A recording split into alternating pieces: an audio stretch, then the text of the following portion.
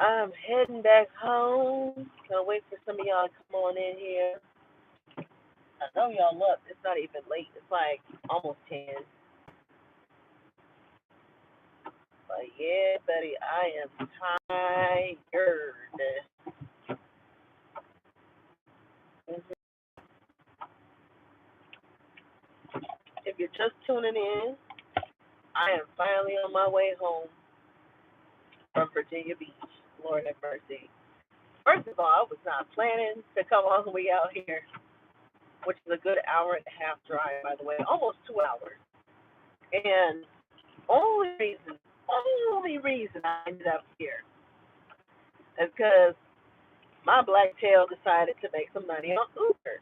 But I was, you know, downtown, in Richmond, where I live at, whatever, right? Well, to my surprise, the one chick I picked up as I was hustling around the city after work went all the way to Hampton, Virginia. Yes, the land of Hampton University, HU. Hampton is a good hour alone. But Virginia Beach, that's like an hour and 45 minutes. And I'm probably not going to get home till about 11:45, damn near 12 o'clock. But anyway, after I dropped off the chick from Hampton over here, it was popping and locking on Uber. I ain't going to lie. And I made a lot of money within 4 hours. I damn near scraped up $200 in 4 hours, y'all. That's wild. I've never made that much money in such little time. And I was like, it's popping and locking over here in Virginia Beach. And for a Thursday night, I said, oh, I'm going to have to come back out here. Because, man, Richard ain't talking about shit. But over here, yeah, it's popping. Oh, it's popping. But it surprised me because Virginia Beach is a very popular tourist destination, too. And it's still, summertime going into fall. You know what I mean? Well, it's fall season now. But, yeah, when I say it was popping and locking, my phone was going bananas. People kept popping up. One lady left me a voicemail. It was so funny though. She was just like, "Hi, my name is Janet. I'm the friend who ordered the ride for the lady in the hospital. We both just came out of a major car crash, and we're from Kansas City, and we just wanted to make sure you was coming. We're gonna be on the side of the hospital." And I was just like, "Hell no, I'm not picking that up." There are certain places and certain things I will not do. I don't mind picking up folks in the hospital because I know a lot of nurses, a lot of doctors, a lot of patients, they hop in Uber or whatever. But when you leave me a long, dragging voicemail and I don't even know you, nor have I picked you up, and you want to make sure you get a ride, I'm like, nah, They told me everything I need to know. When she said major car crash, I said, oh, she probably on crutches. She probably in a wheelchair or some shit. I don't know. I wouldn't have to deal with it though. I was like, hell nah. But I was just trying to have a smooth little hustle, little ride. Pick up, drop off, pick up, drop off. And these two young black girls picked up in Hampton. They was on their way to Virginia Beach, and um, they were going to the bus station, the Greyhound station. And when we pulled up, the map took us to some abandoned looking ass gas station in the hood. I said, this don't look like Greyhound. Y'all sure I got the right address? It was like, well, yeah, this is what Google Maps showed us. I was like, well, Google Maps is wrong. You must have the wrong address. You got to have the wrong address. There's no Greyhound here. I said, on top of that, you deep in the hood. It makes it worse. And she was like, for real? I was like, yeah, for real. Pittsburgh, PA, makes sense. Yeah, yo, way away from home. But yeah, they had me deep in the hood. Like, it was not a good area at all. Like, winos, dope heads, everything was out there. But, anywho, yeah, I was just like, yeah, this is not where we want to be. No. And then they kept Googling and said, hold on, can we add another stop? I was like, sure. So they added another stop. They found the correct location of the Greyhound station, and then I clicked on it. I had to go 20 minutes out the other way. And they said, oh my God, our bus is leaving in like 30 minutes. Are we going to make it? I was like, yeah, you're fine. Oh, ma'am, I'm so sorry, blah, blah, blah. I said, you good. I'm not even tripping about that shit. You straight.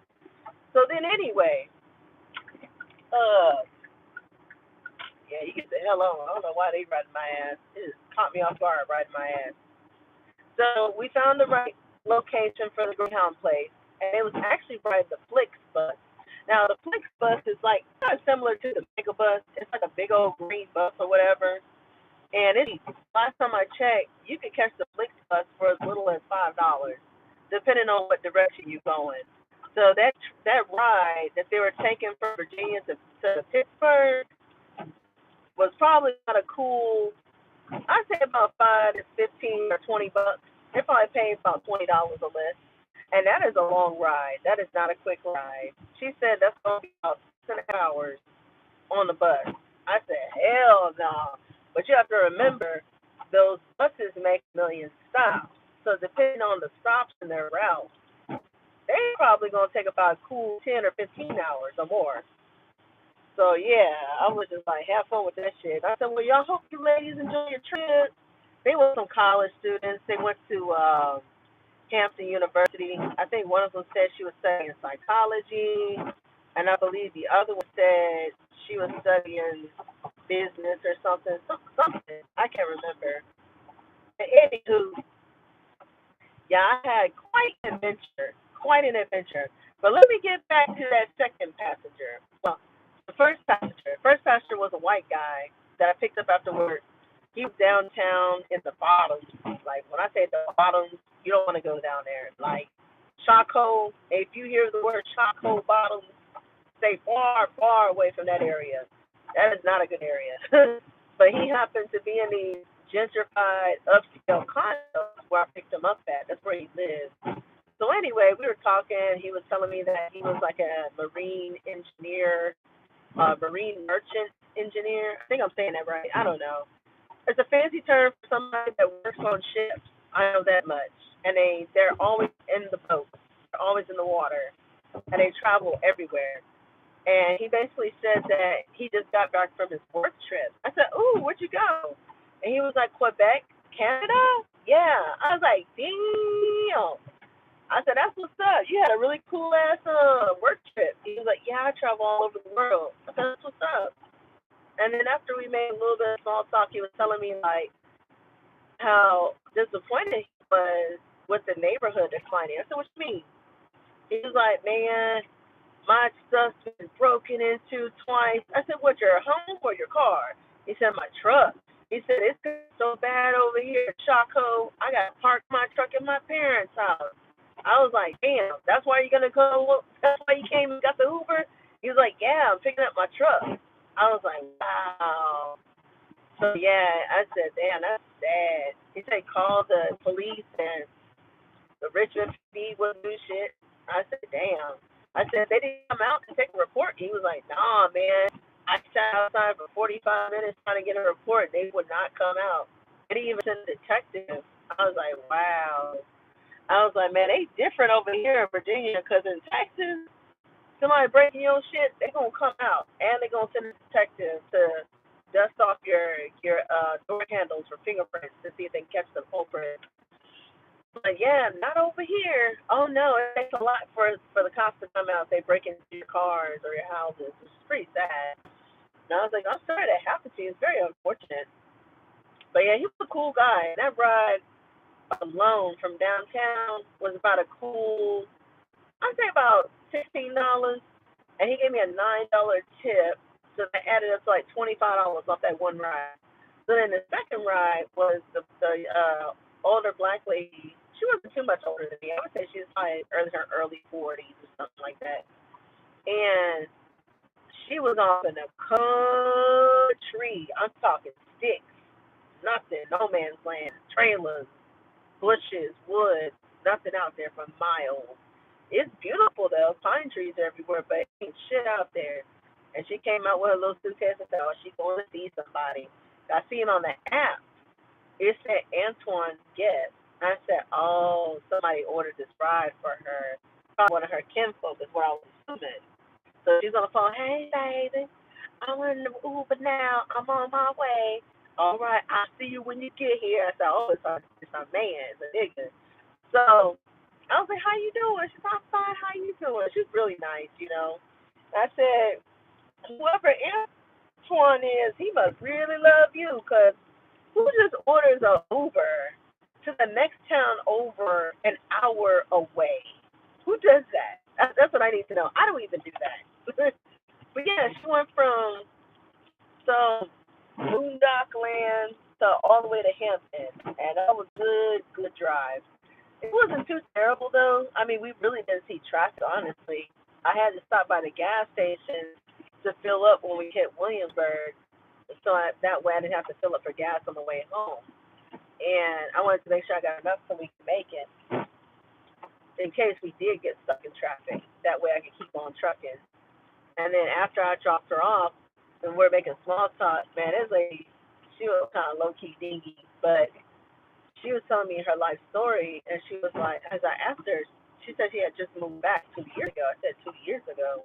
I said, where you come from? And she was like, oh, Virginia is my home. I come from the area of Charles, I think she said Charles City or Charles County. I can't remember. But anywho, she was basically saying that, damn, that dude is flying. What the fuck is his problem? Dude, fuck off. What is your deal? The motherfucker just flying all behind people like he ain't got no damn sense. Yeah. But anyway, she was telling me her life story of why she moved back 2 years ago to her hometown. And she was basically telling me that she had a very abusive ex-husband that apparently beat her and stuff. And she had kids with him, and I think she had a previous relationship with somebody else. So she had like two different baby daddies or whatever, and one of them just happened to be really, really horrible. And she told me that she's still going through the, divorce process or whatever. And I was like, oh my God. I said, ma'am, I am so sorry. I did not mean to pry into your personal life like that. I was just wondering, like, I was curious what made you move back, but I did not expect this. I'm sorry. If you don't want to talk about this, you don't have to talk about this. I'm not trying to make you feel uncomfortable. Because I quickly changed the subject, because, people who are abuse victims, like, they call them bad wives or whatever you call them, they get a little sensitive. So I tried not to make them uncomfortable. But she just kept on talking. I was like, well, damn. That went out the window. She's like, no, it's fine. I'm going through a lot of healing right now, a lot of spiritual healing, and I'm trying to be strong for my children. I said, oh, how many kids you have? I was thinking like maybe one or two, maybe three. This lady said she had 5 kids. I was like, God damn. I was like, you look so young. OMG. And she was like, and I'm not done either. I plan on having another one. I was like, hell no. But yeah, she was really funny. She had me laughing. But just to like casually see her story of abuse and domestic violence, like DV, because YouTube's sensitive. It just really pulled my heartstrings for her, because I was like, damn, I've never, and I mean never, had a passenger tell their whole life story that was just so violent. I was like, oh my God. But yeah, she went through a lot in her lifetime, but she was really positive about it. But baby, when she opened up that mouth and she smiled, woo, no teeth. I'm talking about black teeth on top of teeth. And I ain't trying to be judgmental, but her teeth were rotten. And I don't know if it was from the beatings or what, but man, baby girl got to go to the dentist. Because, whoo-wee, it was not looking too hot for her. She was nice, though. And see, those be the ones, the country bumpkins, the ones that be in the woods. They be the most innocent ones that don't bother nobody. They smoke their weeds and tweeds. They drink their little beer on the porch or vape or whatever, and they live the simple life. And I said, what made you come all the way out here, though, in the six? You're like in the middle of nowhere, though. Well, that's my grandmother's house. They gave it to me, said it was free. And I decided to take the, opportunity to come back because I was just trying to get away from my ex-husband. And I was like, oh, I understand now. I get it. But yeah, she was just telling me like how much of a challenge she had to go through, what her kids witnessed. It was so sad. And I was just like, man, people really take life for granted, don't realize how good they have it until you hear somebody else's story. You know what I'm saying? Like, when I listened to this story, it just made me realize that I have, you know, lived a proper lifestyle to where I didn't really have it that bad. I may have had my ups and downs in life, but nothing to that extent. No, hell no. But yeah, I was just like, wow. Now I ain't gonna lie, the people that she may have been were hella unsavory characters. I'm talking like, addicts and stuff, drugs and stuff. But nothing, and I mean nothing, tips the icing on the cake when she told me that her ex-husband, who apparently had multiple charges, multiple felonies. I don't know if it was before or after they were together, but she said that he got to go to court and he was currently on probation for previous charges, I guess drug-related charges or whatever. And with the recent abuse that she endured, he violated his probation. I said, oh, he about to go back to fuck jail. I said, you do any type of violation of probation, you go straight back to jail. And I said, I don't know how harsh Virginia's laws are, but it don't matter what you do. It could be as little as a ticket. You violate any little thing, yeah, you're going back to jail. But she was so happy. She said, "Oh, I'm so glad you told me that. I feel so relieved." Because she said, "I do not want to see this Negro. I do not want no parts of him. He trying to find my location, girl. He been looking, trying to get my kids to get my location, talking about where I send the divorce papers and stuff." And I was like, "Yeah, don't tell him nothing. Like, all you have to do is go to your lawyer, have your lawyer draft up the papers, and send it to him wherever he is. And if you don't know where he is, send it to his job, if he has a job." But yeah, she had a very traumatic life story. I feel very bad for her. And then on top of the beatings and stuff, she also told me that he gave her, diseases and shit. God. And I felt so bad for her. But what really made me gag was when she told me that one day she came home and she saw like condom wrappers on top of the bed or in the trash can or something. Her blankets were missing, and he admitted to having sex on top of her bed, or he tried to pull off like one of his friends had sex in their bed that came over. He tried to lie and play it off, but then she realized the stuff that was on top of the bed or in the trash can belonged to him because she recognized the product. And when she confronted him about it, he eventually came out about it once he got caught up in his bullshit. And then on top of that, this is what made me gag, y'all. Gracious hell. She basically said that somebody told her, I don't know how true it is, but you gotta say allegedly, because I don't know them, I wasn't there. But somebody told her, word of mouth, through another female, I guess that he was messing with, that man had HIV. I said, what? She was like, yeah. She said, that man had HIV/AIDS. I said, whoo, Lord. I said, how did you find out? She said, child, somebody said that he was down low messing with men and stuff, and he was the top, not the bottom. I said, oh, shit. But yeah, it was scary. My jaw dropped for her. I felt so horrible for her. And I was vulnerable in that moment. I shared, some of my life experiences, military life and stuff. There's a lot of personal life that I have never shared with you guys, honestly. But I felt her pain, and it made me think, like, God, people are really disgusting out here. This is a really nasty world. You have to be very careful.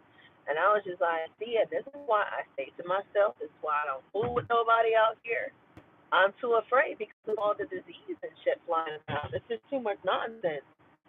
But yeah, when she told me that, I was just like, whoo, I am so sorry. Now she never admitted that she had it. She claimed that she didn't catch anything by the time he did catch it, I guess. But yeah, her story was, it was screwed up. Like it was fucked up.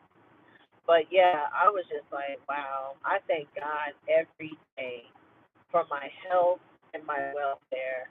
I thank God every day that I can go home in peace, unharmed, untouched, like no hoodlums, nothing, no YN activity, none of that. I said I thank God every day, even though it might be lonely, and I am alone and single. I am at peace. I don't want nothing to disrupt my peace like what she went through at all. Hell no. I said that is so crazy. I was like, yeah, that's wild. I was speechless. I didn't really know what to say. I was just like, are you okay? And she was like, yes, I'm healing, but I'm okay. I was just like, whoo wee. It was a whole lifetime moment, y'all. I'm not gonna lie, that was a huge lifetime moment. And then after I dropped her off or whatever, and I picked up the girls, took them to the Greyhound station. The very last ride, let me tell y'all about that last ride. Oh my goodness. I laughed, I giggled so hard. So the last ride was a older black lady. I believe her name was Paula. I'll never forget her because the way she reacted, it just made me laugh. So I pulled up to her apartment or her hotel, wherever she was at, and she approaches my vehicle real slowly with her bag. She was like she had like a little suitcase with clothes in it, and I was like, "Hi," and she was like, "Hello," and I was like, "You talk right?" She was like, "Yes." Do I have the right ride? I was like, "Yes, this is Daphne. This is your Uber driver." She was so afraid to get in my car. And I was just like, does this lady not look at the license plate? It's like the app even tells you, check the license plate before you get in the car to make sure you have the right make and model. So she was like, oh, okay. I was just making sure I was in the right car because you never know. It's just too much happening out here. I said, are you afraid of me? Like, what's going on? Did you have a bad experience? No, it's just I just want to make sure because folks is crazy out here, and I'm just a little old woman trying to get to this hospital, and I want to make sure I make it. I understand. I said you don't have nothing to worry about, ma'am. I'm not that type of person. I don't. Not the type that will sit up here and set you up to get robbed or nothing. I said I'm just trying to make my coins and be in peace. And she said, I know that's right. She started laughing. And I asked her, where are you from? And she was like, oh, I'm from Eastern Shore. Eastern Shore is out there by Maryland, by the way, but it's far. It's like 3 hours from here. And I said, okay. I said, how long you been in Virginia Beach? And she was like, oh, I've been here for a while. I said, okay, what's up? You like it? Yeah, I do. I do. I said, okay, cool. So then we were making small talk or whatever, and we were making this random conversation. I told her I was from Texas, and I was telling her about my journey from Texas to Virginia, and what brought me here, and how I just got so fed up I was ready for a new change in life. And she was very fascinated. She was like, "Oh, thank you for your service. What branch did you serve in?" I said, "The Army." Oh, okay, cool. And then, and anyway, she was talking about something. I can't remember what else she was talking about. She was talking about so many different things. I think we was talking about self-driving Ubers. I was asking her like she heard about all the AI taking over, people's jobs and taking over Uber and stuff. She's like, oh yes, it's wild out here. I know. I heard about it. Da da da da da da da da. And I was like, yeah, the world's scary. They use a robot to take over every little thing that we have left. Unfortunately, it's the world we live in, child. And yeah, we got to the destination the whole way. I guess she instantly got comfortable once she talked to her daughter. Her daughter called her, and she made sure she got the Uber safely and stuff. And I said, well, Paula. I hope you have a good evening. We're finally here. She said, yes, we are. We sure are here. Thank you so much. I enjoyed talking to you. I said, you feel better now? Oh, yes, much better. I said, I understand people get a little leery when they get in my car. I don't know why, but I said, I am harmless. I get it, though, because you can never be too careful. Never be too careful. She said, well, you have a safe trip back home, baby. You be careful. I said, I will, thank you. And then I shut off the app, cashed out my little coin, and stopped by Wawa, a little quick potty break, grab me, a couple of snacks and some water and stuff. And then that's when I stopped at this burger spot called Burger Haven. I just did a little food review earlier about it. Man, let me tell y'all, Burger Haven was nothing but like a little bootleg version of In-N-Out Burger. It was so good, and it was I think it's owned by an Arabic family. They're all Arabic.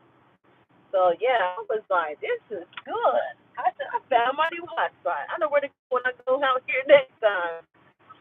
But anyway, yeah, like they're like smash burgers or whatever, right? So, um, yeah, I was just like, this is amazing. But man, were they high? They were so expensive. Y'all will not believe how much I paid for that mess. I ordered a double bacon smash burger. Don't judge me. I know I'm big bag. Along with some cheese sticks for my side instead of the French fries. I substituted them and a cinnamon toast crunch shake. Don't y'all know that all of that was $20.49? I said, God damn, what the hell I ordered? What did I pay for? But baby, let me tell you, that was some of the freshest, hottest food that wasn't too greasy, fresh off the grill. And they told me this restaurant is not your average fast food restaurant. He explained to me that they do made to order smash burgers and made to order, sides and stuff. Like when you order, they drop your fries as soon as you order. They drop your burgers as soon as you order. And I was like, well, damn. But yeah,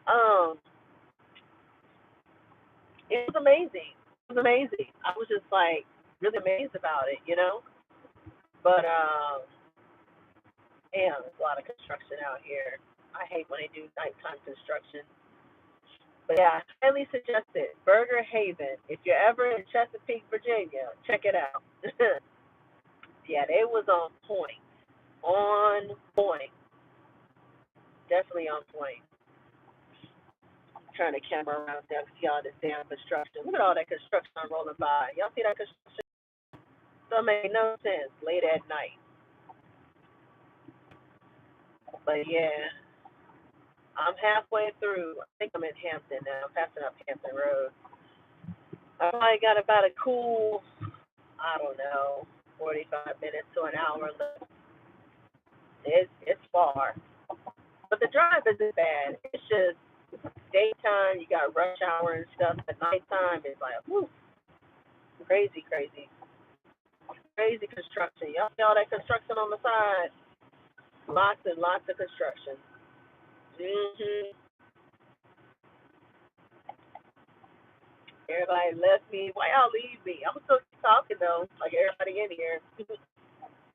I know somebody online. It's probably my signal. Hopefully my signal's not messing up. Because the last time I was driving through here, my signal was spotty. But I got all 5 bars, so my signal should be okay. I don't know why everybody left me. But yeah, today was a busy day, a very productive day. Got my money, discovered a new spot for burgers and stuff. But I definitely won't be back there for a while though, because that place is super fattening. Oh my god! But yeah, I would say places like that where you get like really good food, like really made to order hot food. I would only go there probably like maybe once every other month or so if I'm ever in that area. But yeah, if I lived in Chesapeake, man, I would be at Burger Haven faithfully every weekend. I sure would. Damn, that dude is flying. What's wrong with these people? They be racing like they ain't got no sense at nighttime. I don't know if it was road raging or what, but they need to get off the road. That is so dangerous. I'm just like, people just trying to make it. Y'all are trifling, man. Trifling on this road. Like, yeah, they tripping hard over here for real. But yeah, buddy, I cannot wait to get out these clothes and shower. I am so ready for a hot shower. I'm so tired. Like, yeah, super adventure day. Super adventurous day.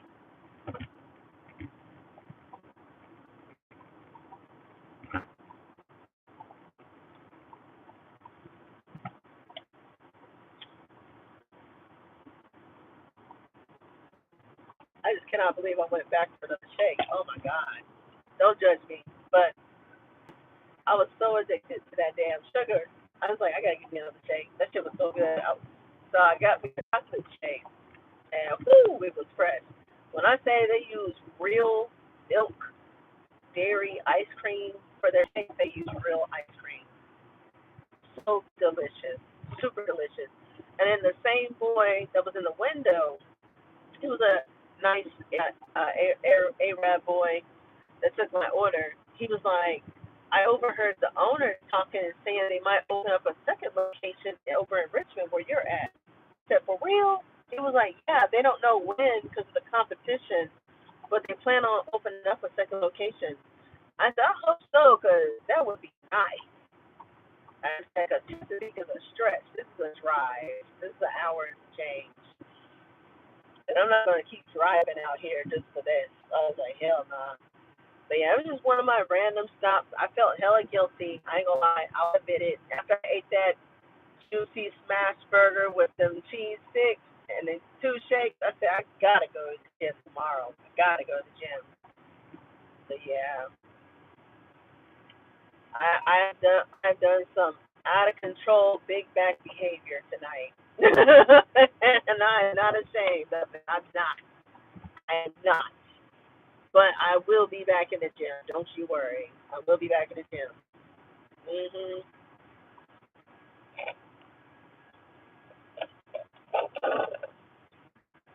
Anywho, I'm gonna stay on the phone so I get home with you guys.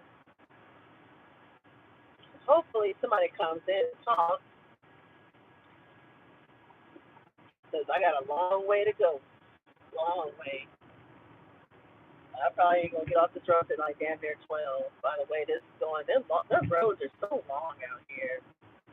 That's another thing I don't like. See, that's the one thing I noticed about Virginia Beach. Even if I were to come out here and Uber, it literally takes miles to get from one side of the town to the other, and the roads are super long. They're not quick. Like where I'm at, I can get to downtown to Midlothian to Chesterfield within minutes. It's nothing for me to hop from one side of the town to the other. But if you're in Virginia Beach or Norfolk or Chesapeake, it takes literally hours. It doesn't even feel like hours, but the roads are so long, it feels like you're on the road for hours. And it doesn't make any sense why it takes so damn long. But yeah, I don't know. I'm still debating on coming back out. I don't know. But yeah, it was a nice run. Very, very nice run. But yeah. Ooh, excuse me. Belching and stuff. Man, that bird got me full fat. Oh my goodness. It was so delicious. 10 out of 10. But yeah, I made a little food review earlier. Hopefully it's uploaded. It's probably not uploaded yet, but by the time I get off this road, it should be uploaded. But man, they got some good ass food out here for sure. But yeah, I plan on hitting that gym hard. I'm gonna probably do cardio in the morning, and I'll probably go walking on Saturday in the park. As soon as I get back in my walking habits in the park and getting back into a routine, I'll be good to go. I can drop this off of me. I just need a little bit more motivation and courage to keep. Being consistent. That's my problem. It's nothing for me to work out. It's just being consistent. I'm not consistent like I should be. So I'm not very focused. But when I'm focused and I'm determined to drop weight, I will do it. I have to be motivated and have to say I'm not motivated. I'm drained from work. I'm exhausted. I'm tired. It's hard. It's very hard to maintain weight loss. But yeah, but I'm maintaining the current weight I'm at. Thank you, Jesus. I'm surprised I'm still maintaining. So that's a good sign. I just have to have more food discipline. I don't have no food discipline right now at all. But next week is going to be a new week. I will definitely be beefing up my veggies and my fruits like I do. Mm-hmm.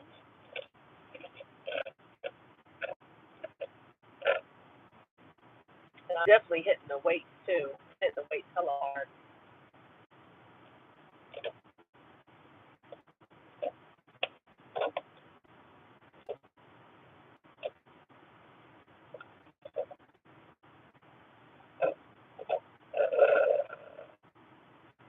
Oh, she's so good.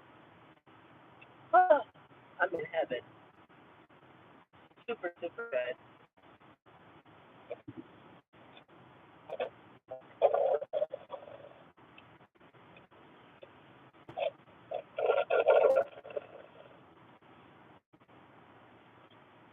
Blowing my ass up, eating like a demon.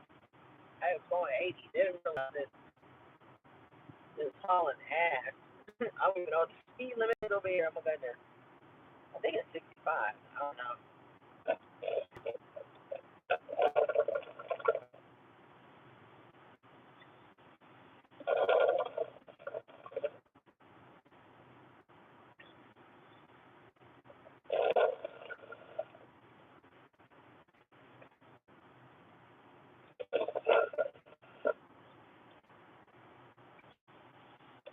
Yeah. Only had fly by me. I'm in no hurry.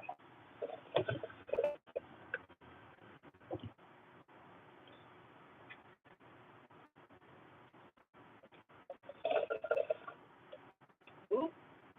5-0 was out here. And he got somebody on the traffic stop on the other side. Thank God he ain't on this side, because he would have got me a long time ago. One thing I don't like about this area, 5-0 be hot. The police be in the bushes out here. You gotta be careful.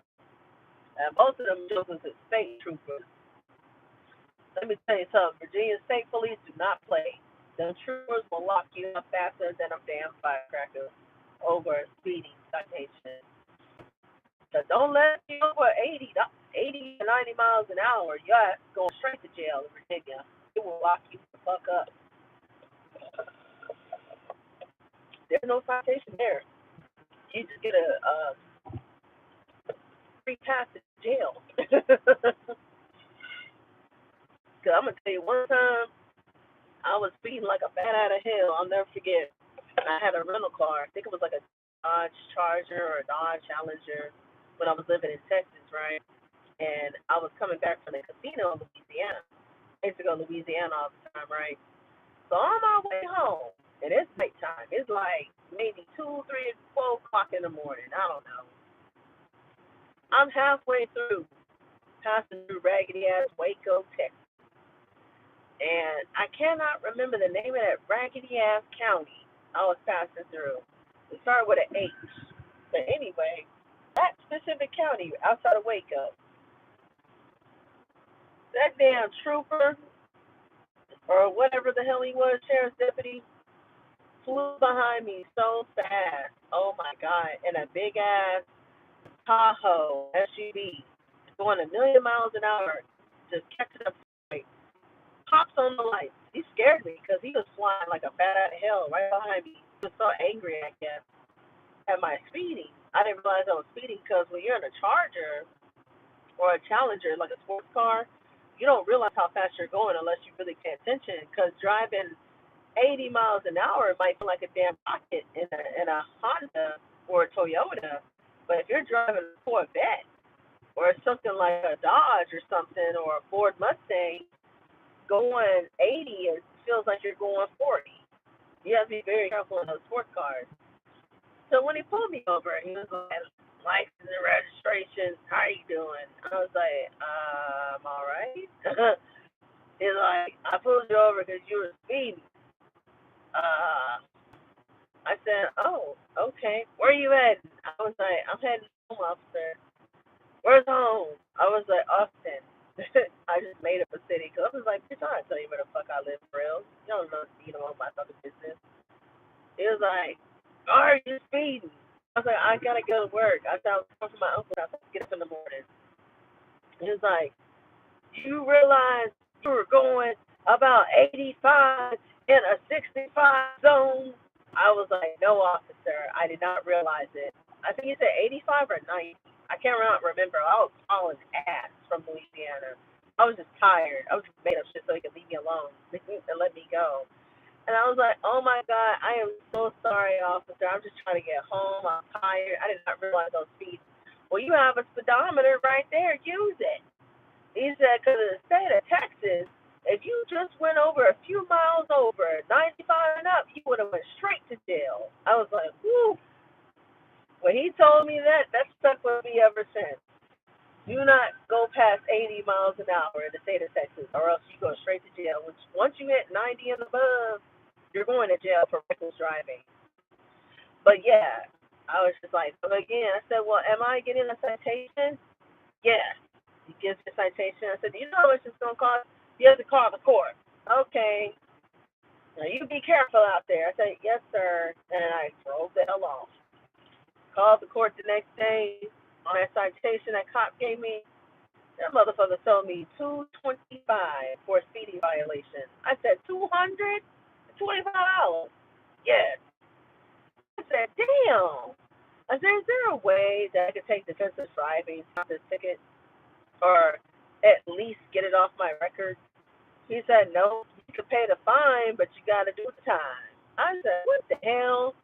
So in order to avoid getting points on my license, I had to take like a defensive driving course, either online or in a classroom with a sheriff's deputy, which I was not doing at all, and pay the ticket. And he said as long as I paid the ticket and did the driving, I was good to go. So I ended up paying that $225, and it was a hard pill to swallow. Hard pill to swallow. Oh my God. But I'm gonna tell you the stupidest traffic violation I've ever gotten in my whole entire life was a citation. What are you for speeding? This is the worst part, y'all. I got a citation when I was living in Dallas before I came here a long time ago, like back in 2022 time frame, 2023, for driving in an HOV lane. HOV stands for high occupancy lane. No, high occupancy vehicle. Anyway, that specific lane, which I'm sure you guys are aware of, is designated for two or more people. You cannot be in that lane alone because it's considered like an emergency lane that you can use. So anyway, they were pulling people over off the on-ramp, and I was thinking maybe there was an accident because I saw several cops pulling over cars. I didn't know what was going on. Lo and behold, these fools had a checkpoint set up, like basically entrapment, to see if you had an extra passenger in the vehicle. And of course, I did it. And he was like, this is the HOV lane, right? I said, yeah, what's special about this lane? What's an HOV lane? At that time, I didn't know what it stood for. I didn't know what it meant. And he was like, well, this is only for people with one passenger or more. You cannot be in this lane by yourself because it's considered an emergency lane. I said, oh, I didn't know that. And I was like, well, am I getting a citation for this, for violating the lane? He's like, yes, actually, you are. I was like, what if I'm with child? What if I'm pregnant? Doesn't that count? No, because in the state of Texas, Texas does not recognize an unborn fetus as a passenger. I was like, oh my God. So I was like, whatever. Maybe sign my citation, call the court the next day. Found out that just for being in the HOV lane by myself and I didn't have an extra passenger, it cost my ass $200. That was by far the stupidest traffic citation I've ever had in my entire life. I said, $250? Yes. I said, is there a way I can get out of the ticket? No. You're going to have to dispute it in front of a judge if you feel like you're not in the wrong, and you have to prove why you're not wrong. I said, well, I definitely feel this one because I needed an extra passenger. It's a stupid rule. But yeah, lost 250 from that. And ever since then, I was like, noted. Unless I'm on Uber, I don't fuck with the HOV lane. I just don't. I'm not trying to get another citation. But yeah, I had a lot of lessons learned. Like the only traffic citation I actually got out of, honestly, was over 10 years ago. I was in Georgia at the time when I was stationed out there, and I was coming back from Savannah because I used to go to Savannah all the time on weekends, go to the beach and stuff. And was I in Savannah? Yeah, I was in Savannah. So when I was coming back from Savannah, it was like 6 o'clock in the morning on a Sunday. I'll never forget this incident. And this country white cop looked like Barney Fife slash Louis Anderson pulls me over in a deputy hat looking like Smokey the Bear that takes out forest fires. And I was like, yeah. I was like, can I help you, officer? License and registration. I was like, okay, why am I being pulled over? I'm a little confused because I wasn't. I'm going home, and I'm on a designated street. It's like 35 miles per hour. What's the issue? And he was like, the reason I pulled you over is because your window tint is too dark. I said, my window tint is too dark. Yes, it is not within Georgia guidelines. I was like, hey, get the fuck out of here. Who's this? Hello, Sharonda. How you doing? Welcome. I didn't even see you there. Welcome, welcome. So as he was talking smack, I was like, well, I'm just passing through. He was asking, he was being nosy. He was like, where are you heading? I said, I'm heading back to my relative's house. Oh. He's like, do you live here? I said, no, I'm passing through. I just told you I'm heading back to my relative's house. I was playing dumb because he didn't realize I was a soldier at the time, and I was actually stationed out there in Georgia, but I wasn't going to tell him that. He was like, well, I see you got decals on your vehicle. Are you in the military? I was like, yeah, why? Who was your commander? I said, that is none of your concern. You are over the line, okay? You are past your jurisdiction. It is none of your concern, and no, I'm not stationed out here. I am stationed in Texas. And he was like, when you're passing through the Georgia state line, you have to have Georgia registration and Georgia plate or some silly shit like that, or Georgia license. I said, what? I said, let me explain something to you, officer. I don't know who you're trying to fool or what you're trying to pull on me, but I know the rights and I know the law. And the last time I checked, is somebody who was clearly a visitor that's passing through this state of Georgia that's not from Georgia and has their vehicle registered out of state in a whole other state with a whole other address. That does not mean I'm in the wrong. Like, what are you talking about? What? Everything he said was making absolutely zero sense. It was so funny. I just laughed. But yeah, I was like, bro, you need to get the hell on with that shit. I was like, am I getting a ticket for this or what? Because I got to go. Yes. You can call the courthouse to figure it out. All right, whatever. So I called the courthouse, and I was polite with them, and I said, look, I am a Texas resident who is not a Georgia resident, okay? I was visiting relatives in Georgia, and I just have to get pulled over for a fucking window tint. I said, why did I get the citation when I didn't even do anything wrong? He just randomly profiled my ass and pulled me over because my window tint supposedly was too dark passing through the state of Georgia. Well, technically he is right, but he has no right to really give you a citation since your stuff is registered in Texas. So we'll go ahead and dismiss this ticket for now. I said, yeah, you do that. Because, child, that window tint citation was $175. So I'm not paying $175 to this dry ass county. The fuck? I said, you got me all the way fucked up. But yeah, they was trifling. They was trying to get over. They saw that I was an out of towner and I did not belong there, and they figured they could pull a fast one and get some easy ticket money out my ass, and they were not gonna get it.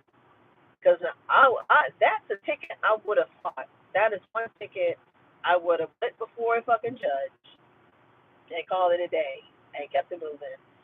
But I wasn't even going to even go that far. I really wasn't. But yeah, he was trying to intimidate my ass and everything, trying to scare me with that bullshit ass citation. That shit was funny as hell. I said, window tint, really? I'm not even committing a crime. I said, go find some people who are committing real crime. Don't worry about silly shit like this. This is not even a crime, dude. Just profiling motherfuckers at this point.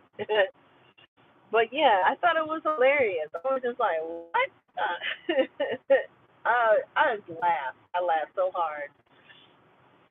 But yeah, you got to be careful, especially if you're a single woman like me and you're passing through different state lines, especially down south. You got to be very careful. This is what I tell people to have a dash cam or like a camera set up in their vehicles and also carry some type of protection. I carry my 9 mil easily everywhere I go. This thing stays on me in the car. And I carry a blade as well as a thing of mace on my key ring. I do not play these games. Like, I don't care how nice the neighborhood is. I don't care how quick I'm going somewhere. I am armed to the nine. Just know that you fuck with me, yeah, you're going to get some fucked up results right back. You don't want none of this smoke. I will bring the smoke if needed. But yeah, I thank God to this day that everywhere I have driven, I have never had an issue of a profiling incident to where it actually got out of hand, to where people have potentially stalked me, following me in my vehicle. I thank God I never had anything wild and crazy like that on the road. But it happens. It happens quite a bit. And I will tell you, with the recent news, the missing kids in Virginia and shit, and the missing black girls out of Maryland next door, it wouldn't put it past me, and people are being trafficked.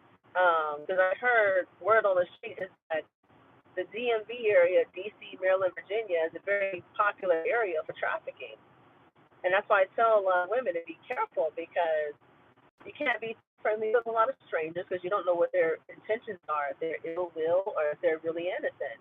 You just don't know. And you don't know if people are with other people trying to get you. I've seen too many videos of too many people trying to get, women in, situations and stuff. Fucking bikers. I don't even know why you put your brakes on. Fucking weirdos. That's a big ass, loud ass Harley Davidson. But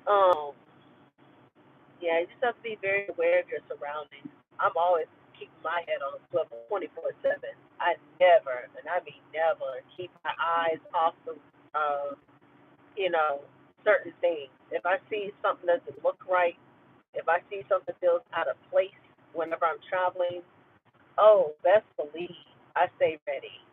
Oh, I stay ready.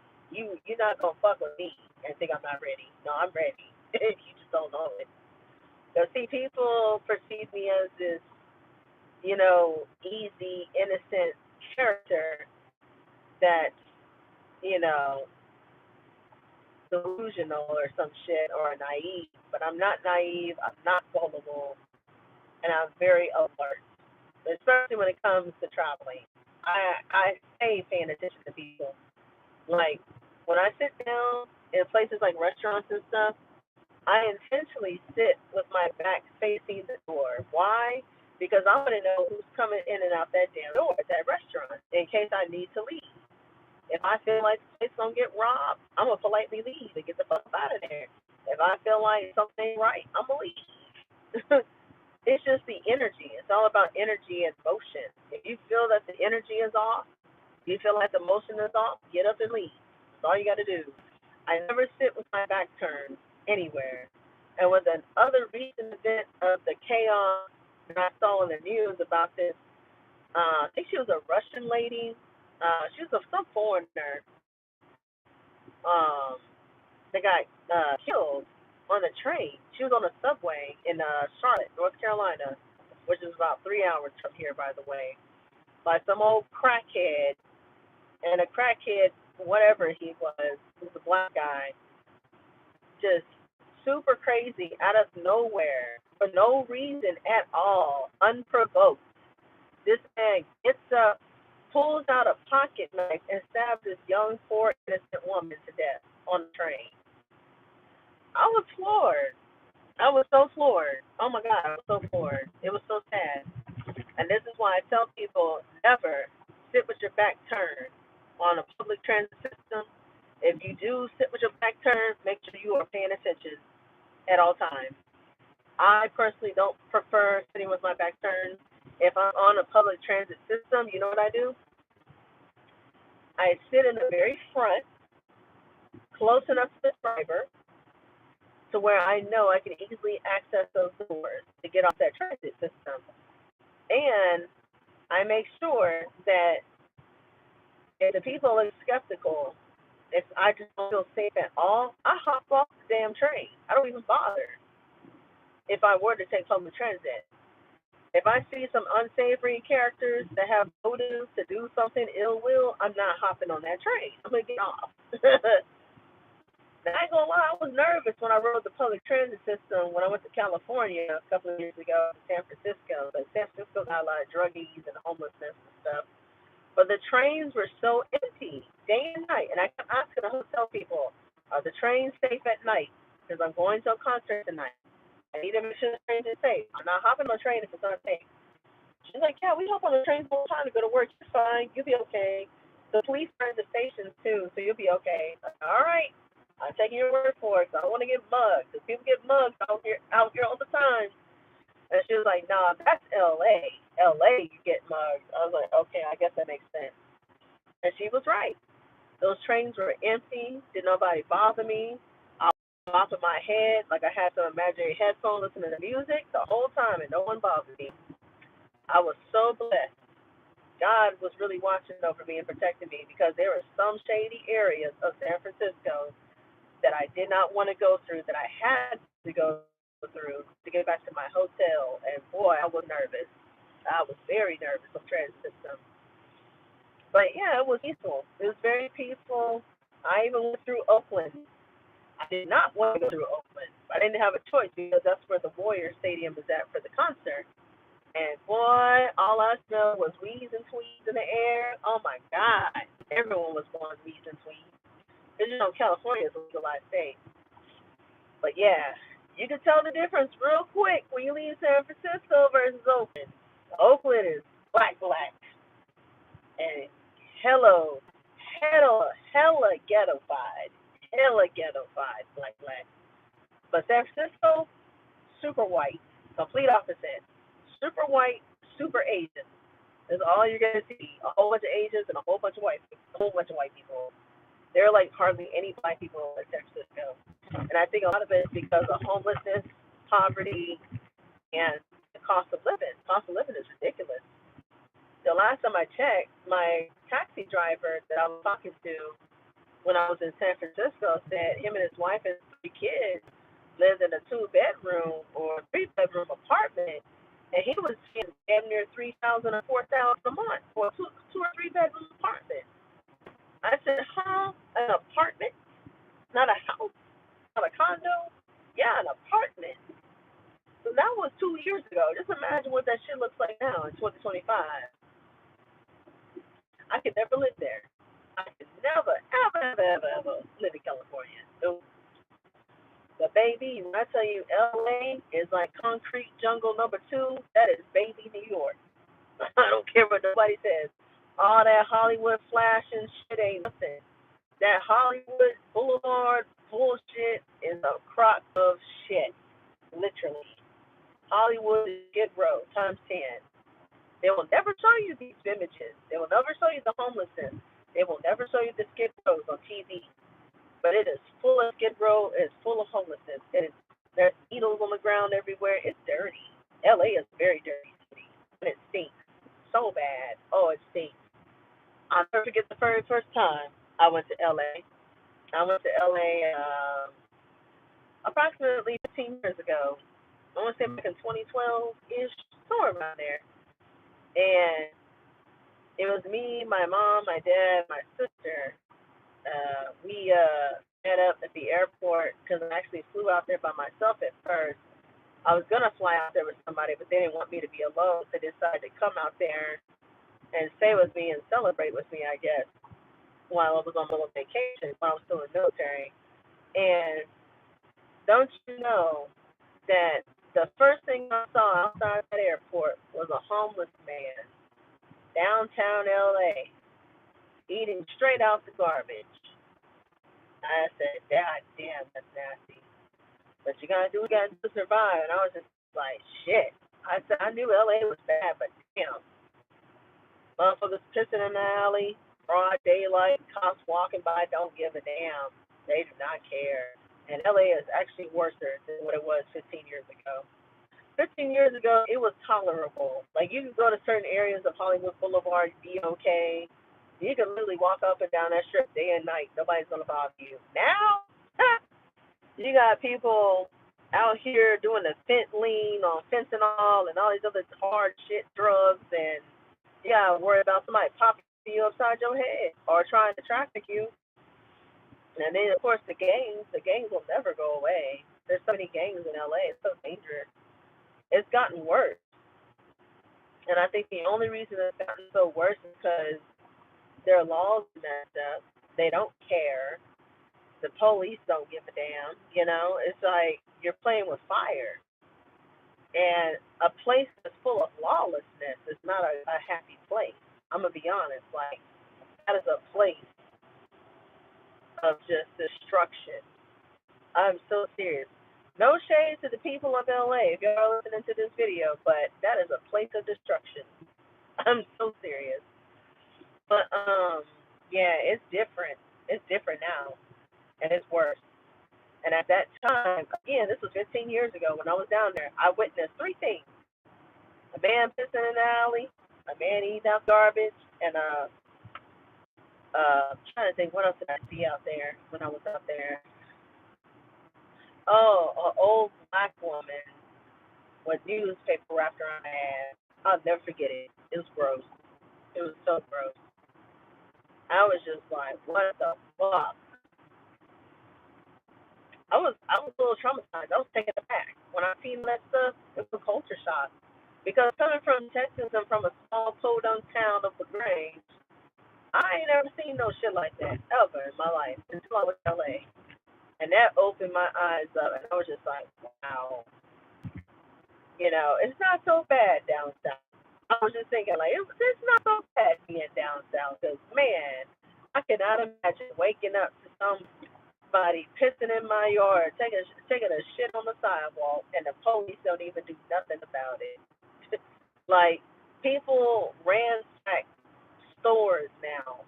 It's so bad. Like, I see videos on TikTok where people go in there and rummage and ransack like clothing stores, like Gucci stores, Louis Vuitton, jewelry stores, doing smash and grabs, and the police don't do shit about it. Like, broad daylight, until of course they physically get caught. Some of them do eventually get caught and they get sentenced or whatever to jail, but the majority of the ones that do the smash and grabs and ransacking, you know, like the 7-Elevens and stuff, they don't get caught. They keep it moving. They keep it moving. Yes, they do.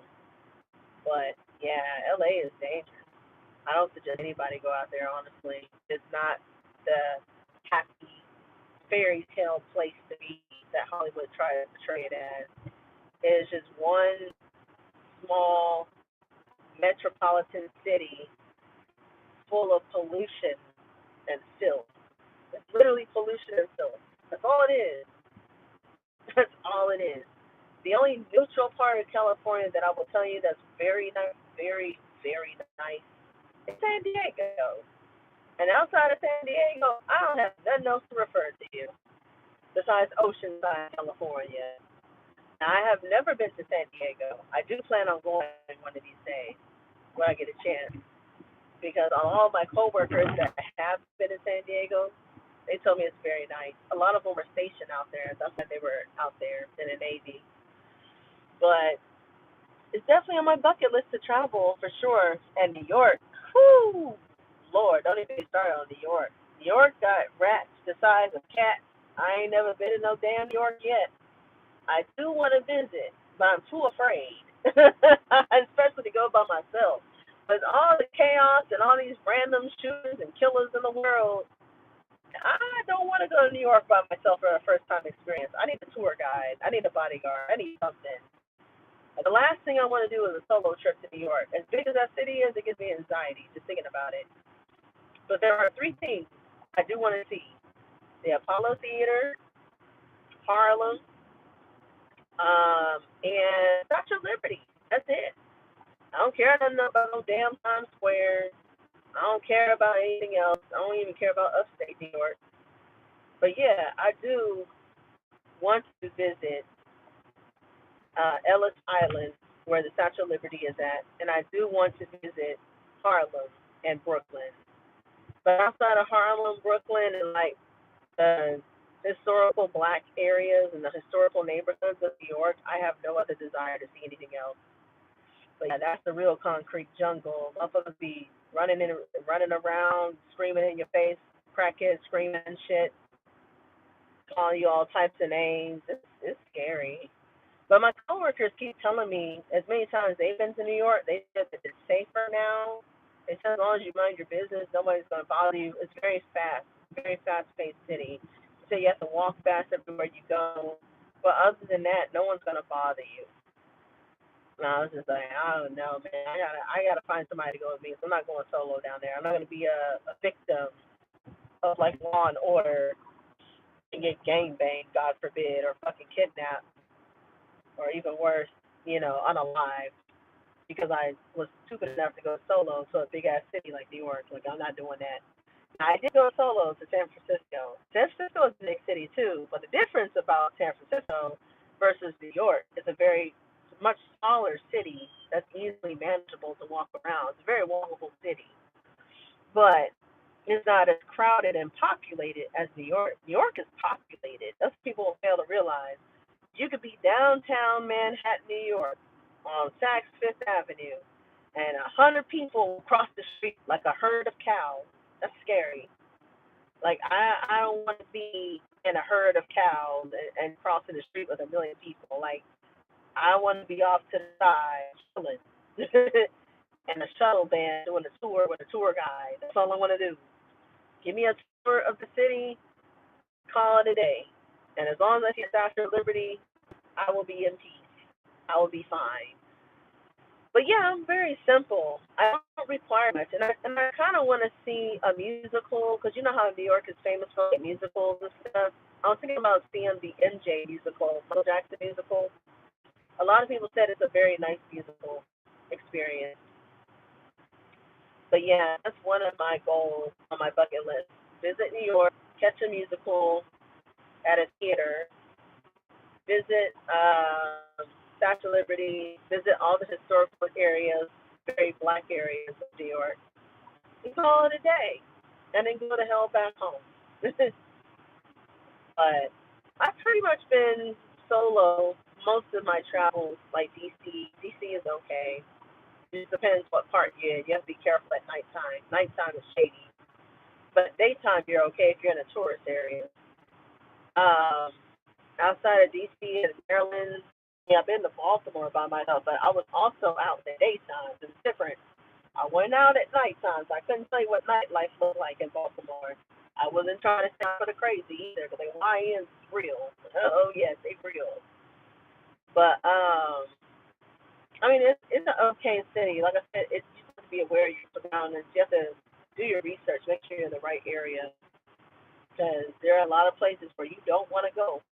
I've seen documentaries on YouTube and all the hoods and the gangs and shit, but I never came across them. I'm so glad never came across them. But Out of all the places I've traveled solo, I feel safer on the West Coast versus the East Coast. I mean, there are a lot of safe areas in Virginia and Maryland and DC. Like I say, you have to do your research. But outside this tri-state area, I don't trust shit else. Jersey is a hell no. I have no desire to go look at Jersey. I have no desire to go look at places like Connecticut, Delaware. Like, what the fuck am I gonna do over there? Shit boring as fuck. And places like what's the other place? I'm trying to think. Connecticut, Delaware. What else is nearby? Maine. Uh, I'm trying to think. Philadelphia. I have no desire to go to Philly. I do want to visit Philly for the culture. I do have a desire to explore the black culture and the arts district. They do have a very rich black museum district from what I've heard. And the only thing I can think of that's worth probably going to visit is the Rocky statue. For the Rocky movies and stuff, that's just so long. But that's it. I can't think of anything else. Um, because Philly is very populated with drugs, and it's not the cleanest. I would say that right now. So is Jersey. That's why I go there. I heard Atlantic City is nice, but it's just like, I don't know. I don't know. And then, I'm trying to think what else. Um, Boston, Massachusetts. That's on top of my bucket list. I heard Boston is about a good, I'd say about 7 or 8 hours away from here, or more. I know New York is 5 hours. Philadelphia is 5 hours. So it just depends. But I would never drive to none of these places. Oh no. The way these people drive, hell no.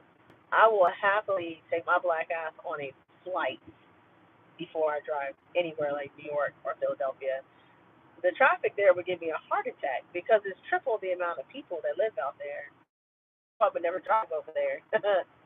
Nope, I would just take a flight and Uber. I would just Uber everywhere. That's all I would do. Or get me a shuttle. I would probably get me a shuttle for my first trip to New York, just to be safe. Because if you get a shuttle, it's more private, and I would definitely say it's more safer versus an Uber because at least you know these are licensed chauffeurs that chauffeur you around the city, like limo drivers. So you know they're legit.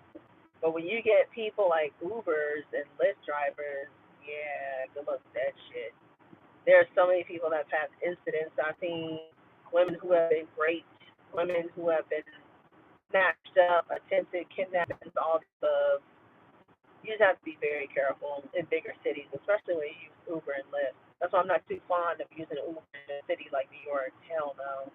But yeah, I would definitely get me a Sprinter van shuttle driver. I sure would.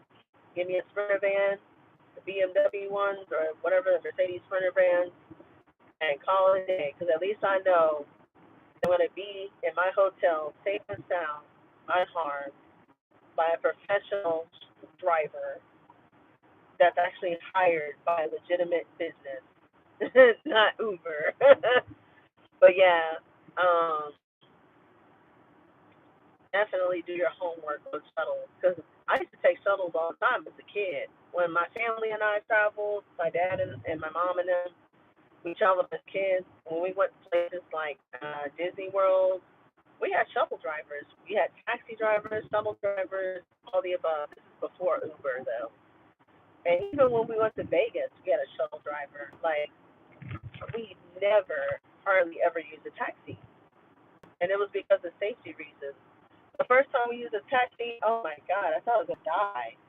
There was some Pakistani dude. He was driving like 80 miles an hour, like a bat out of hell in downtown LA. I thought he was gonna crash, and I said, "This is the last time I will ever set foot in a taxi." We took a taxi from the hotel to Hollywood Boulevard. I'll never forget. It cost us like $70, and we was only like 20 minutes away from Hollywood Boulevard. So why is it $70 to go downtown? This is crazy. So yeah, this is like right after Uber came out, I believe. This is before we knew about Uber. We didn't really know much about Uber at that time. But yeah, they was ripping off folks left and right, charging people $70, $80 to go to Hollywood Boulevard in a raggedy ass taxi with a crazy ass Arab driving like bat out of hell that damn near crashed into every car. I said, see, no, I ain't got time for that shit. And then I'm trying to think, where else did we go with the shuttle? Let's see, Disney World, went to California with the shuttle, Vegas. I think that was it. I can't think of anything else that we used the shuttle for. But yeah, even when I flew to Vegas as an adult, because that was just childhood experiences with my family, you know. As an adult, I took a shuttle service when I went to San Francisco. It was very nice. I spent about $75 from the airport to the hotel in a very nice upscale luxury vehicle. And I made sure that going to and from, I was going to be in a nice ass vehicle because, baby, when I say the Ubers drive like a bat out of hell in Vegas, whoo, you're dealing with all types of people from a melting pot: Puerto Ricans, Haitians, Jamaicans, Dominicans that come fresh off the boat, don't have a lick of knowledge of driving, and they're driving for Uber the next day. Like, it don't take much to hop on Uber. As long as you have a valid government ID, a green card, whether that's a passport, whatever, and you have a driver's license, and your driving record is somewhat squeaky clean, they will give you that job. That's not hard. Background check is a joke. They literally put everybody and anybody on Uber. They don't care. That's why I tell people to be very, very, very careful and make sure if they do use Uber, double check, hell, triple check the make and model of the vehicle and triple check the license plate. Don't just ask the person that's coming to pick you up, are they here for so and so, or are you Uber? Because people can easily lie. They can manipulate this shit and say, well, yeah, I'm here for now. Now I got you, snatch you up, and then boom, you're done. But yeah, you got to be very, very careful. Very careful. That's why I try to warn people, like, you gotta pay attention. That's all you have to do. It's just easy as paying attention to the littlest things to avoid crazy situations. It's not that hard. But like I said, people won't pay attention. It's like the old black lady I had earlier tonight. Are uh, are you Uber? Yes. Are you Paula? Yes. Okay, you can get in the car. I said, are you good? You look like you're a little nervous. Are you afraid to get in my vehicle? Like, what does it for me that intimidates you to get in my car? Like, I haven't even said two words to you. And she barely walked up to the door all slow, like she was scared to get in my vehicle. I said, she must have had a very bad Uber experience because she acted like she didn't want to even approach my car. I don't know, but I'm naturally nice to people. So for her to do that to herself some type of way, I was just like, ooh, she must have had a horrible experience. I don't know. But yeah, I even told her, I said, may I make a suggestion, ma'am? I said, since you appear to be very nervous, like, and, hesitant to get in my car, for the next, ride, I highly suggest before you ask somebody, are they Uber? Or are you with Uber? Or are you here for Paula? Never give them your name.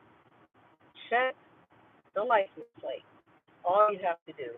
Because the app is going to tell you the license plate, the make, the year, the model, and the color of the vehicle before you even get inside. All you have to do is pay attention. I said, as long as you see the make, the model, color of the vehicle on the app, you are good to go. She said, oh, that's a good idea. Thank you so much. I said, yeah, I used it. That's all you got to do is pray. It's just common sense, people. You see a car that don't match the Uber app, you don't get in the vehicle. You see a car that does match the Uber app, you can get in. As long as you match those license plates, that's your driver. But you'd be surprised. I get so many people that do the same thing to me every single time whenever I'm out here hustling. Are you Uber? Are you here for so and so, Jimmy John or whoever? You'd be surprised. People don't like to read. That's the problem. If people read more and paid more attention to that shit, none of the stuff that would happen to them out of the blue. It's just as simple as paying attention. Because that actually happened to me.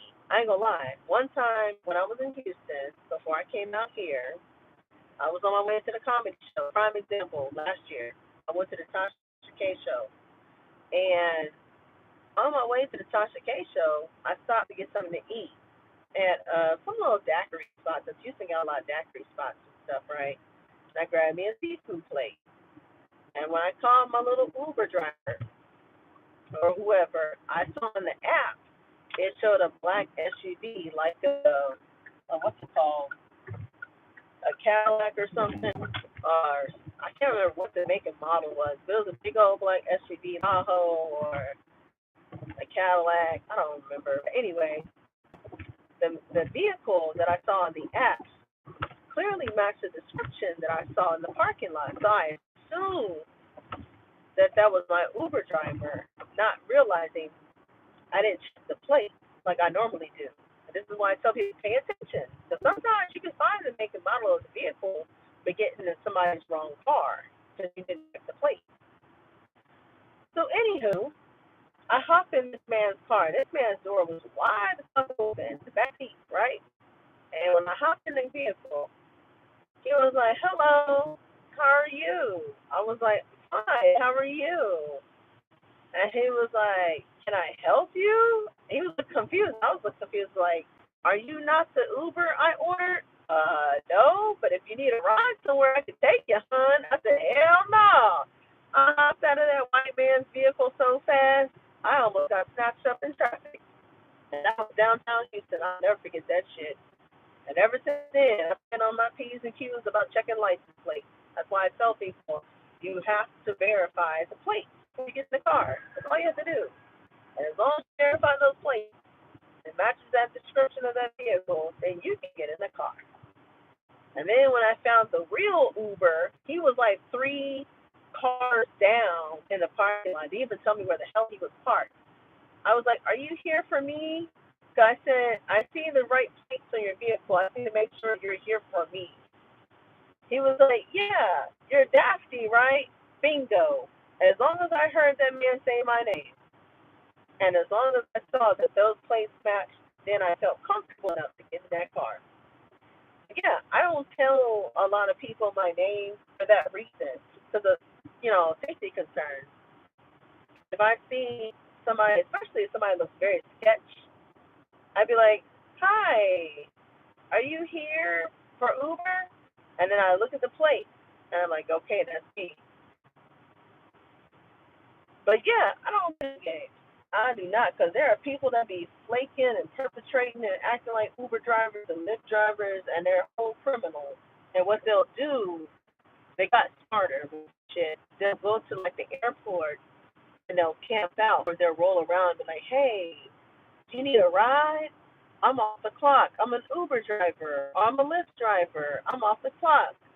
I'm just trying to make some extra cash.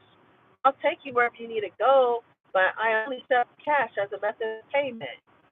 You ever hear those words for some random open you at the airport or even at a stadium? They used to do it all the time at stadiums in Dallas. Run. Run far away. Don't even approach them. Don't even say anything to them because you don't know what their intentions are. A lot of people that do that are looking for victims to traffic. And people don't realize that. They don't think about stuff like that.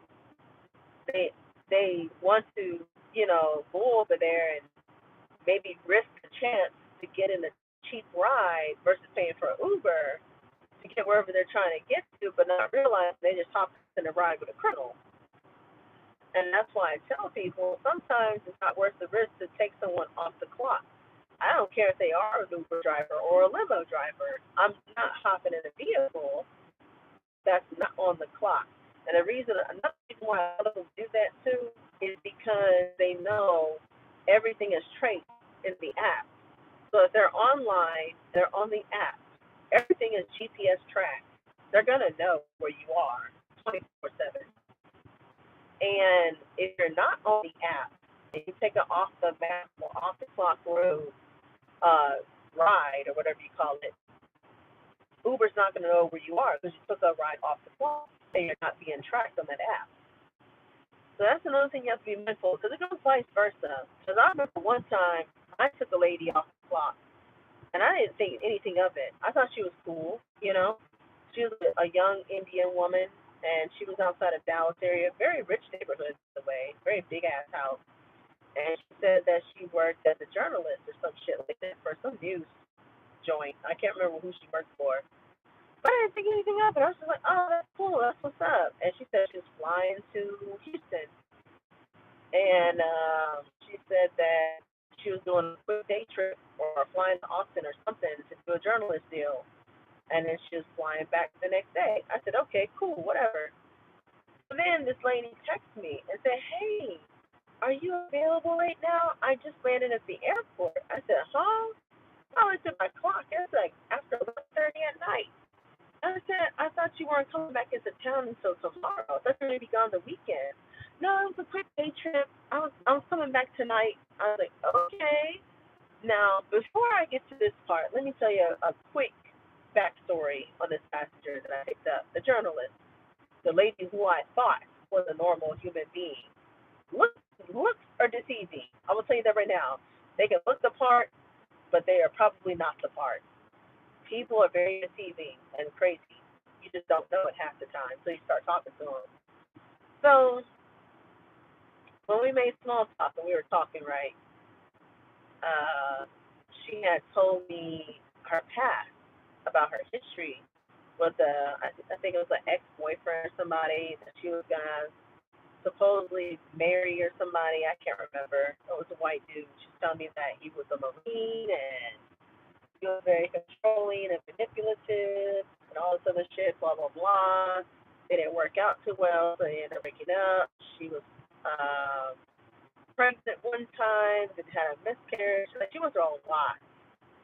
And I don't know this woman from Timbuktu, okay? And she told me a whole life story. You know, half the stuff I don't even know what to believe. Because half the stuff she said didn't even sound right. But anyway, after she told me her whole life story with her ex and, you know, how she missed him, but now he's moved on and he's got a new girlfriend. The last time she checked his Facebook, blah, blah, blah. I wasn't really registering that she was a monitoring spirit. And y'all know what a monitoring spirit is. That is when somebody is like intentionally lingering around you. And it could be on social media, it could be through text message, whatever. It is a person that's lingering, watching your every move, watching you what you do, trying to figure out what your next move is. That's a monitoring spirit. Somebody that doesn't really fuck with you, but watches your every move and stalks the hell out of your social media. And that's very scary. That's a very scary thing. So, anywho, after she told me about her life story, and it took me like 30 minutes or so to listen to all that shit when I was dropping her off at the airport, I picked her up. Now, this girl was cuckoo. She was a dingbat. And I'm going to tell you why. She told me that her ex was such a crazy, she didn't know if he was going to end up killing her one time. And I was like, whoa, what? Yeah, she was like, I want to go to his house, but I'm afraid that he might unalive me. I was like, whoa. I said, well, if you're afraid that somebody might unalive you, I would not go to their house. Because at that time, she said he was living in Houston with his new chick, his new boo. And she wanted to visit him because she said she left some of her belongings, I guess, at his house or something like that. Or I think she said that he brought some of her belongings to her house from Houston. I can't remember. But anywho, long story short, I picked her up from the airport again that same night when she flew out that morning. And this is what struck me. When I picked her up, she was like, oh my God, I had such a horrible day. I said, what happened? I'm thinking she was talking about work. Tell me why this crazy woman admitted that she drove from Austin to Houston after she did her little journalism segment, whatever the hell she was doing, her little interview, to go see this man unannounced on his property at his new house with his new boo. Okay? Only to be disappointed to find out that he married his new boo, his new wife. Not a boo, a wife. And I believe that they were expecting a child the last time I checked. I don't know. And he came outside and he started screaming off the mouth at her and saying, "What are you doing here? Why are you here? What's your problem? Da da da da da da da. Get off the property. Da da da da." Just making a whole scene.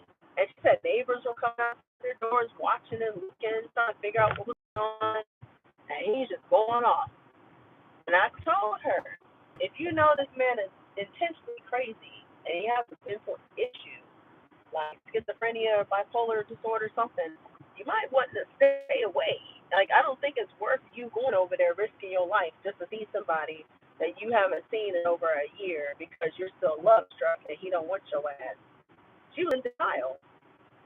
That's what it was. She was in denial. She was insecure. And she couldn't fathom the fact that he moved on to a whole white girl. And she was Indian. She's like Pakistani or something. I can't remember what her race was. But yeah, she got her ass cussed out, as she should have, because she should have never showed up unannounced at his doorstep. And she saw the wedding ring on him. That's when she flipped up on him and went off. And then she walked away. And when she walked away, he walked behind her a little bit and tried to apologize. And she was like, "I don't want to hear it. You're a piece of shit, blah, blah, blah." And then she got her ass back on a plane and flew back to Dallas and flew home. And that's when she got in the car and told me all this stuff that happened. And I said, "I told you not to go see that guy. What did I tell you? Why didn't you listen?" "Oh, no, I'm stubborn. I just wanted to see if the love was still there." Like, that's how denial. That's how much denial the lady was in. She said she wanted to see if the love was still there, even though she knew he moved on to a whole other woman that was white. But yeah, I was like, "Lady, you got to get it together. You might want to talk to a therapist. I'm not trying to be funny, but you need to seek counseling at this point because you need help." So anyway, um, yeah, it was a lot. I was like, "What the fuck?" And I dropped her off, and I was just like, "Well, she's young. She don't know any better. She's like 27, 25. You know, she's trying to navigate her life." I was just thinking maybe it's just, this Gen Z corporation bullshit, whatever you call it. These Gen Z people, they're out of control, man. They think everybody's in love, and they think they know everything about relationships and stuff. It's pretty sad. But anywho, after I dropped her off, she had texted me very next weekend and was like, "Hey, I have a trip to LA, to Los Angeles, for another journalism segment. Can you pick me up on this day and this time?" I was like, "Sure, just let me know the address again." And then she goes, "Oh, you can actually pick me up at McDonald's down the street." And then I was like, red flag, whoa. And the only reason I said red flag to that is because, bitch, I went to your house the first time. Why would you tell me for the second time to pick you up at a random McDonald's down the street? Like, why am I going to a random McDonald's to pick you up? Like, why would I do that? So then I'm like, okay, this doesn't sound right at all. So yeah, she was tripping. So anywho, I was like, at that point, I responded back to her, and I was like, "Oh, I don't Uber anymore. I got a full-time 9 to 5. My schedule is conflicting, and I work at night." I said, "You're going to have to find somebody else to come get you for your LA trip. I'm so sorry." "Oh, you finally got a job?" I was like, "Yep, I finally got a job." Not knowing that Uber was my side hustle, and I've been had a job. But I wasn't going to tell her that because she was just too batshit crazy. And it's like, "Congratulations." Da, da, da, da, da. I was like, yeah, whatever. But yeah, when she told me to pick her up from a random McDonald's down the street from her big ass mansion that I picked her up from the first time, I said, "Oh no." I said, "I don't know." She probably meant no ill will or no harm, but I wasn't about to pick her up at the McDonald's either. And the thing is that I wouldn't have cared so much about the location of the pickup had she not told me the time to pick her up. The lady told me to pick her ass up at 7, 8 o'clock at night to take her to the airport to go to LA.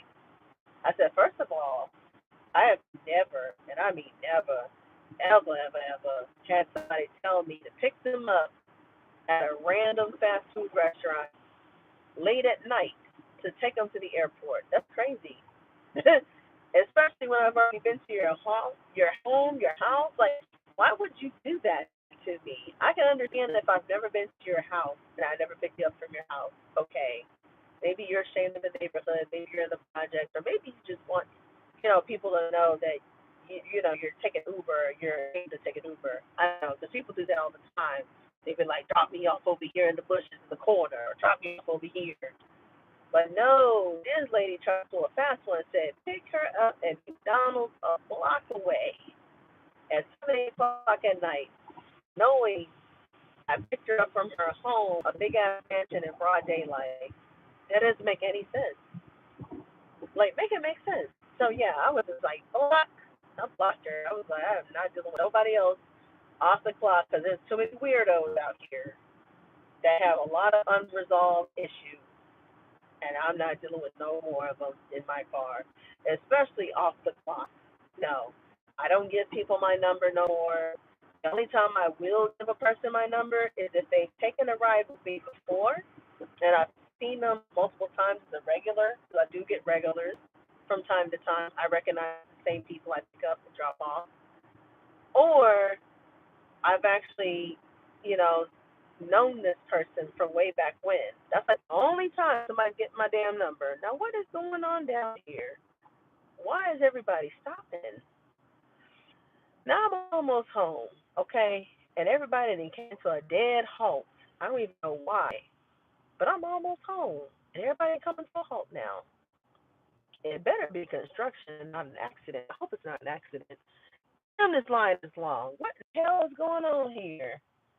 I think it's construction. I see arrows. It's damn construction. I knew it. This don't make no sense. Y'all see all these cars out here? This big ass line of cars. Look at these cars. Y'all see these cars? It don't make no sense, all these cars down here. But yeah, I've had some wild encounters with people, especially on Uber. Some very wild encounters. But yeah, you just have to be careful. That's why I try to tell people, especially as a woman driver, you definitely have to be careful, especially at nighttime. Because I just saw on the news recently, not too long ago, a Lyft driver who happens to be a black guy out here in Richmond was recently shot up. He survived the shooting. Thank goodness he survived, but that's scary. He said he was out real late at night, about 2, 3 o'clock in the morning, picking up somebody in the hood where he shouldn't have probably been. And he said the kid that hopped in his car was leaving from a party, and he was like, go go go go go go go go go, hurry hurry hurry. If somebody tells me to go go go go go, hurry hurry hurry, I would tell them you can get the fuck out. I'm not taking you because I don't want no bullshit after me. That's a red flag right there in itself. So he basically said when he sped off with that kid that left the party, I guess somebody retaliated against him. I don't know if he was gang related or what, but they shot that man's car up. And I don't know what they used to shoot his car up, but his whole back window was busted out. He said he got shot in the neck, he got shot in the arm, and he was blessed to be alive. And now he said he's going through therapy, rehabilitation. He can't work for some time, and he's healing and stuff. And I said, see, this is the reason why I don't stay out late no more. This is the reason why. There's too much chaos going on. There's too much nonsense.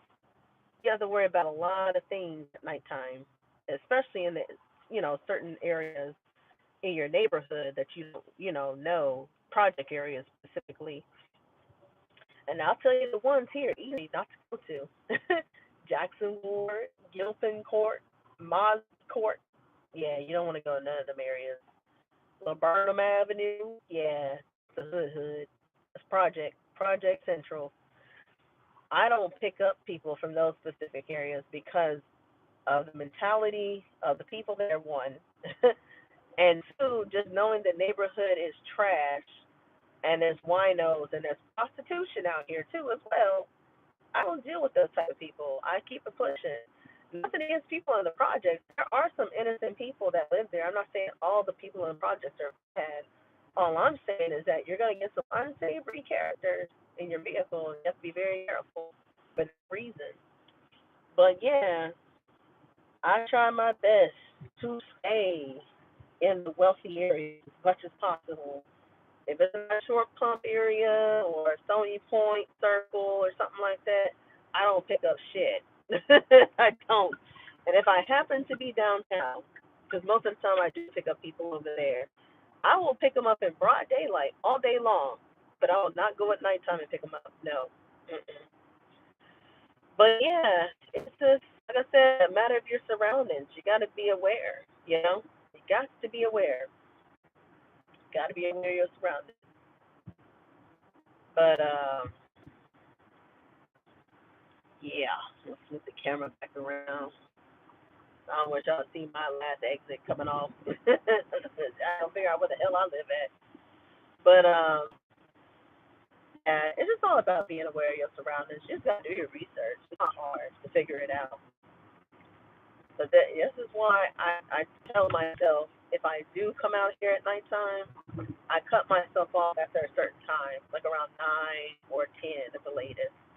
I try not to be out here past 11 or 12 because that's when chaos starts erupting. You got to worry about drunk drivers. You got to worry about crackheads, all types of nonsense, you know, gang activity, because apparently there's gangs here that I have no awareness of. I've never seen them, don't want to see them.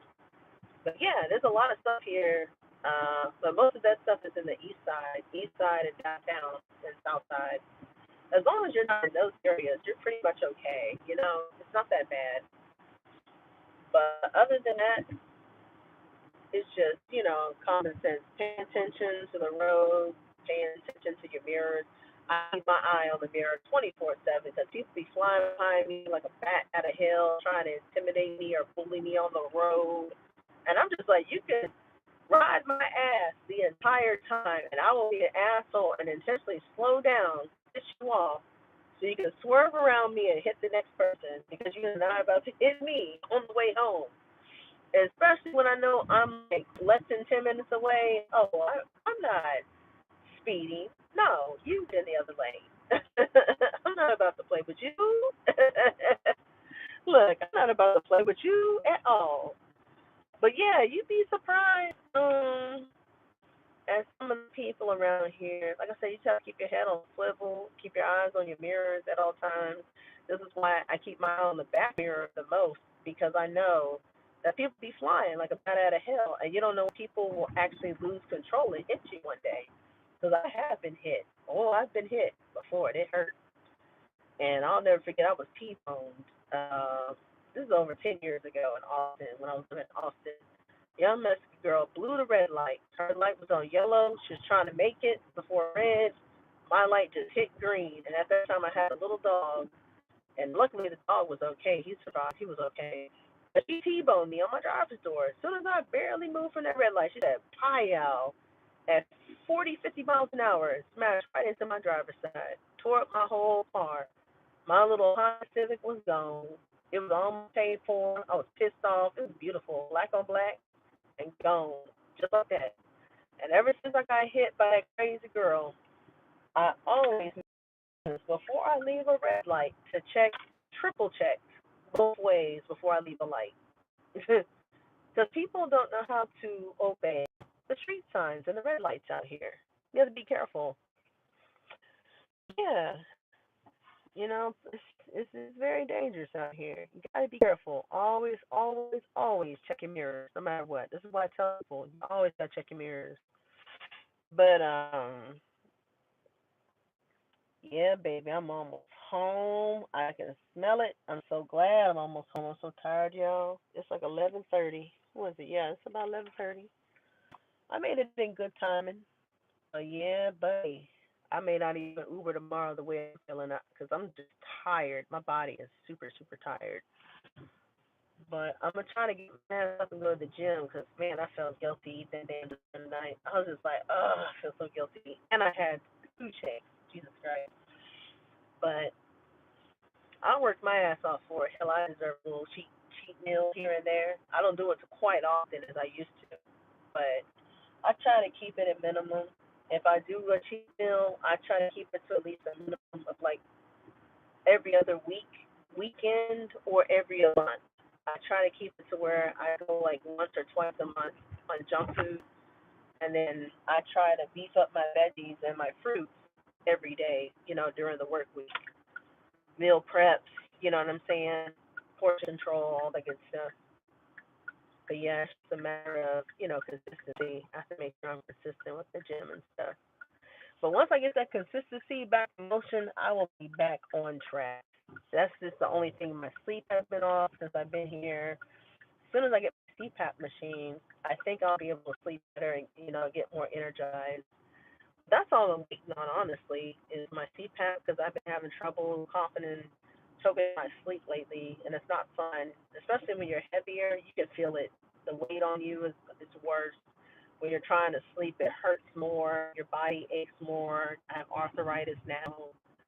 Like, you can definitely feel it when you start aging. It sucks. My knees start hurting when I get up in the morning. It's horrible. But I'm working on it. All I ask is that y'all pray for me and hope I can, you know, get through and get back on track. Because, man, I was disappointed in myself. That fucking scale, that damn scale said 305. I said, God damn it. I done gained like another 4 or 5 pounds. I'm mad. I'm so mad. But I'm like a yo-yo. Sometimes I drop, sometimes I gain it back. Sometimes I drop, sometimes I gain it back. It just depends. But yeah. But I hope you guys enjoyed watching this lovely live. I'm probably gonna end up uh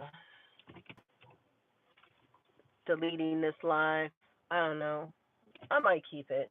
I just have to go back and edit and see how the sound and stuff sounds. And then we'll be good from there. But you guys have a good one. I'll talk to you guys later. I'm home now. Hallelujah for that. And yeah, we straight. But y'all have a good night.